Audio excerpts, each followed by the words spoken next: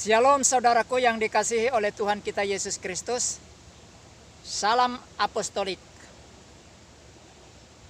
Jumpa lagi dengan saya hari ini. Dan kali ini kita akan membahas sebuah topik, yaitu Allah memilih orang berdosa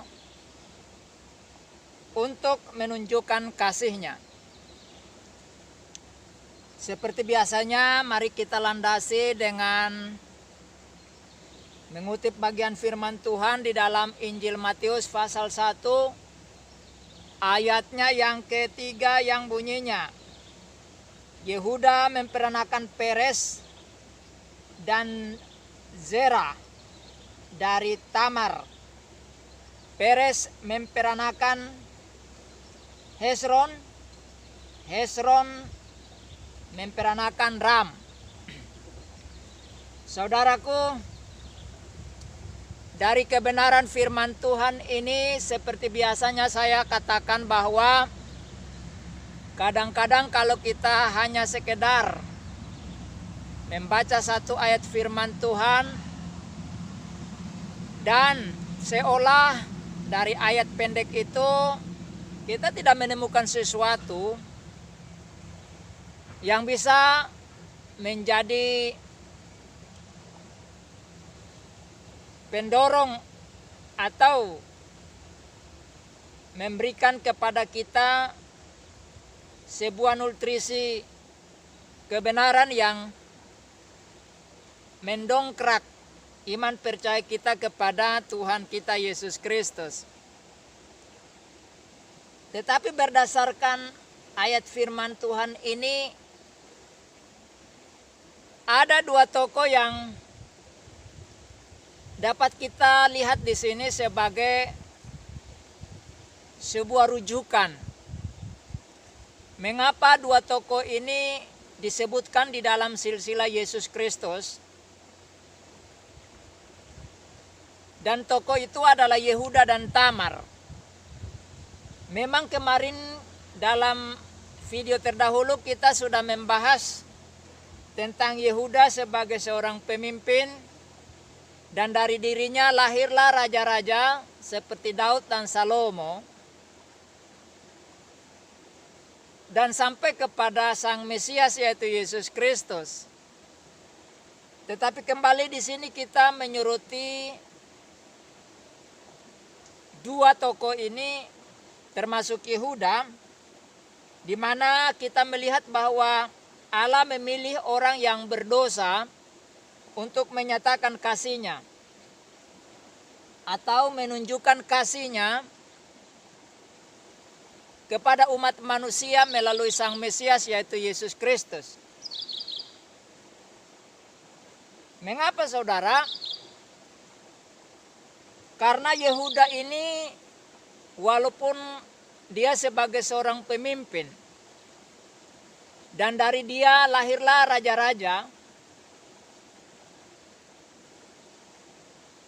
tetapi Yehuda ini juga adalah seorang yang tidak luput daripada dosa.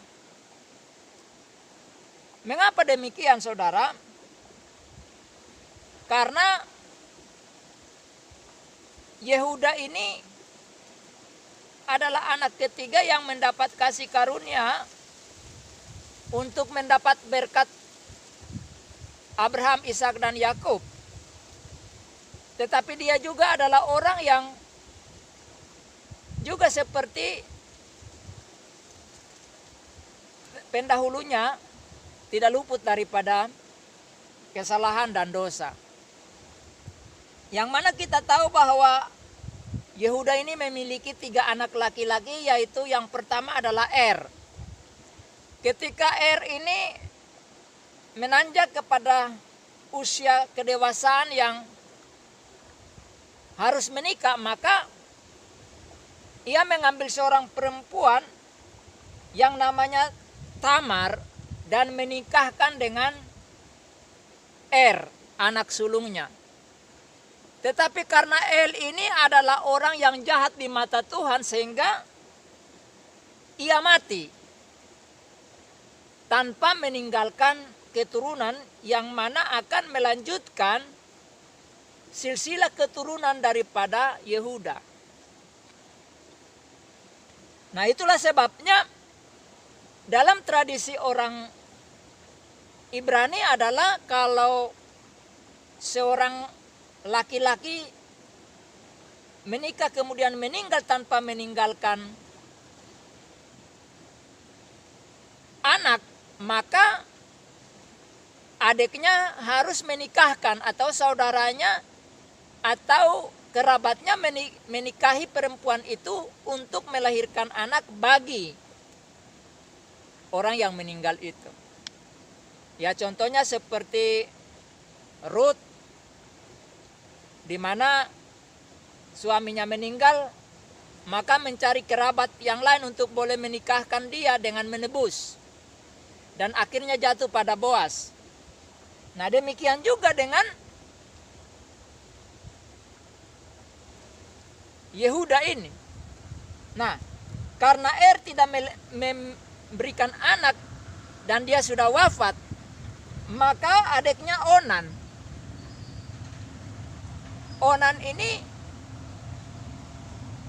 menikahi Tamar. Sebagai kakak iparnya, dia menikahi untuk bisa melahirkan anak bagi kakaknya Tetapi Alkitab juga mencatat bahwa Onan ini jahat. Sehingga Tuhan memandang apa yang dilakukan oleh Onan, sehingga ia pun dibunuh oleh Tuhan. Nah, lalu masih ada adiknya dan Onan ini, yaitu Shelah, anak bungsunya. Tetapi Shelah ini masih kecil. Itulah sebabnya Yehuda menyuruh Tamar untuk kembali kepada orang tuanya dan menunggu sampai Shelah, anak bungsu daripada Yehuda ini sudah dewasa, baru boleh menikahkan dengan dia. Tetapi apa yang terjadi setelah Shelah ini dewasa, tidak juga dinikahkan oleh Yehuda dengan Tamar. Nah, itulah sebabnya dengan berjalannya waktu, satu saat ada kabar datang kepada Tamar. Ya. Di mana Tamar ini tinggal di Enain. Jadi dia mendengarkan berita dari orang-orang Enain bahwa itu mertuamu dalam perjalanan menuju ke tempat kita. Jadi sekarang dia ada di antara jalan Enain dan Timna. Nah, mendengar itu, saudaraku, si Tamar ini cepat-cepat meninggalkan pakaian kejandaan. Jadi rupanya orang Ibrani itu kalau sudah jadi janda itu ada pakaian yang mencirikaskan bahwa mereka adalah seorang janda. Nah, jadi dia menanggalkan pakaian kejandaannya, kemudian dia memakai kerudung untuk menutupi tubuhnya, dan hanya mukanya saja, matanya saja yang nampak. Dan biasa orang-orang seperti itu adalah orang-orang yang dianggap sebagai perempuan nakal atau perempuan pelacur.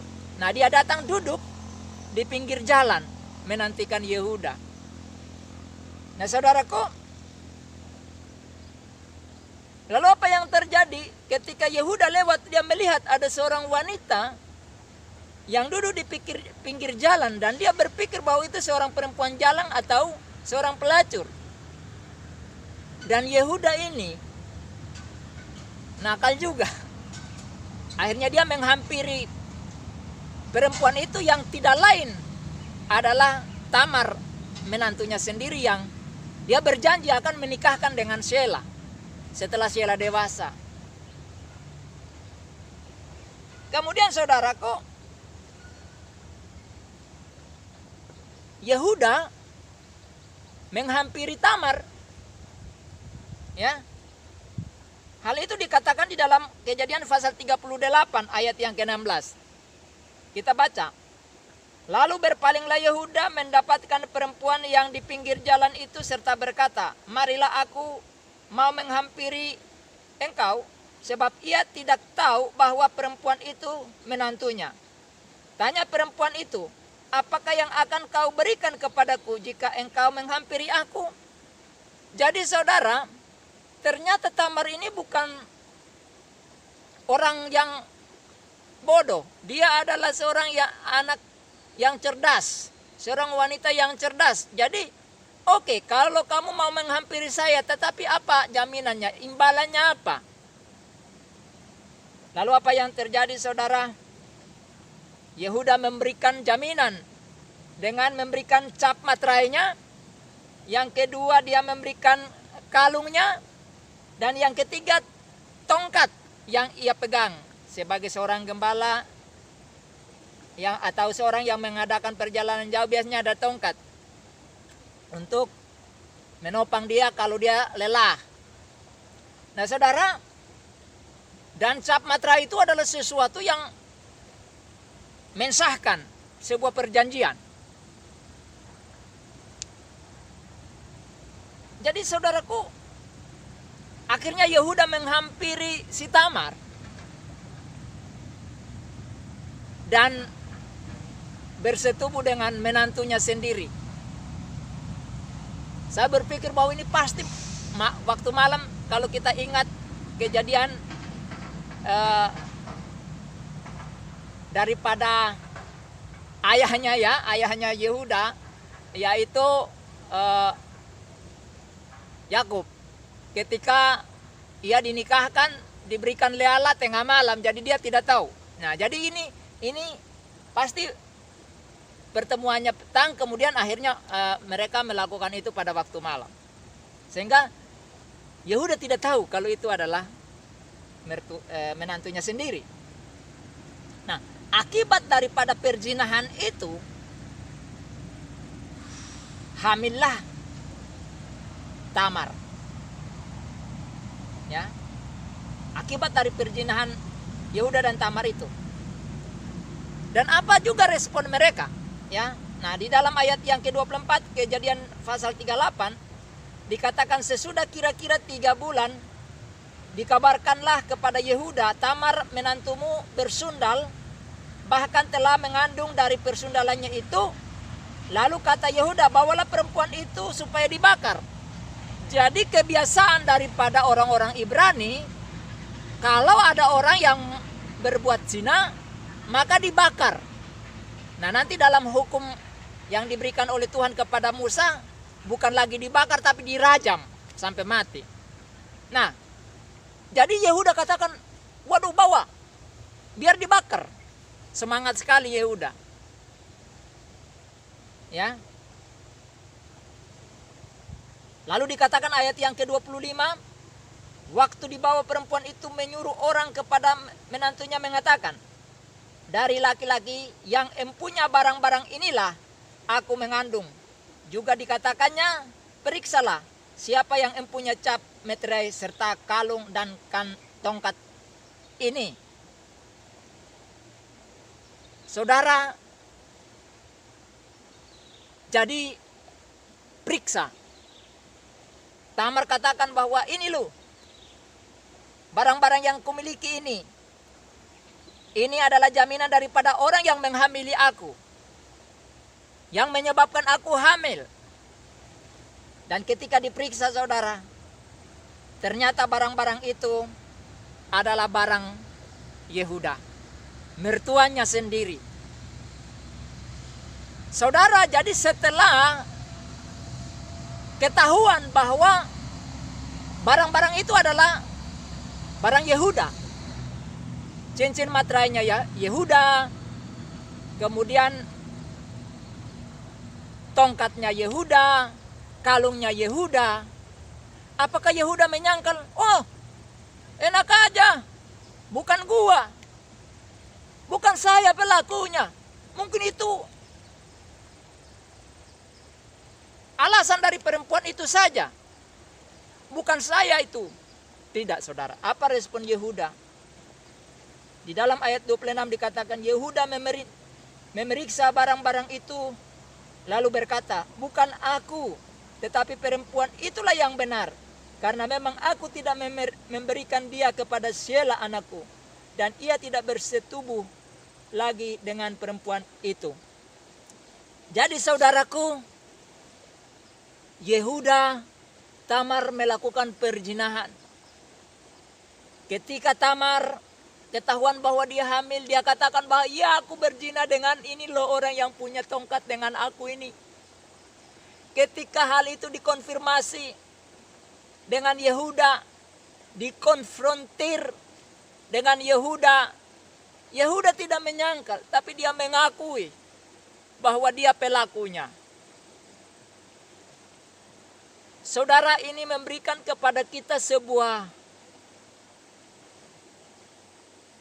pengertian bahwa sekalipun Yehuda dan Tamar telah berzina, tetapi ketika firman Tuhan datang dan Matius menulis tentang silsilah Yesus Kristus, kedua orang berdosa ini yang pernah melakukan kesalahan ini dimasukkan di dalam jajaran orang penting yang akhirnya melalui mereka lahirlah Sang Mesias, yaitu Yesus Kristus Tuhan kita. Saudara, ketika saya bahas ini sendiri, saya sangat terharu. Mengapa Tuhan Yesus, mengapa Tuhan Allah itu memilih orang yang berdosa untuk menunjukkan kasih setianya yang begitu besar, yang tidak terhingga? Pernahkah saudara dan saya merenung sejenak bahwa saudara dan saya ini siapa sih? Kita adalah orang yang berdosa yang menyakiti hati Tuhan. Saya katakan saudara, saya bukan orang baik. Saya sejak remaja meninggalkan Tuhan. Saya melakukan dosa-dosa seperti apa yang dilakukan oleh Yehuda. Seperti apa yang dilakukan oleh Tamar. Saya bergelimang di dalam dosa. Saya lupa dengan Tuhan yang menciptakan aku. Saya melakukan hal-hal yang najis, yang dibenci dan jijik di hadapan Kristus. Tetapi Tuhan Allah yang memilih Yehuda dan Tamar adalah Tuhan yang sama, yang memilih orang-orang yang berdosa sepanjang zaman. Dia memilih orang-orang yang walaupun berdosa tetapi mengakui dosa. Mereka tidak menyangkal dosa. Mereka mengakui bahwa mereka berdosa, pernah berdosa dan melakukan dosa. Mereka tidak menyembunyikan, tidak menghindar, tidak membela diri.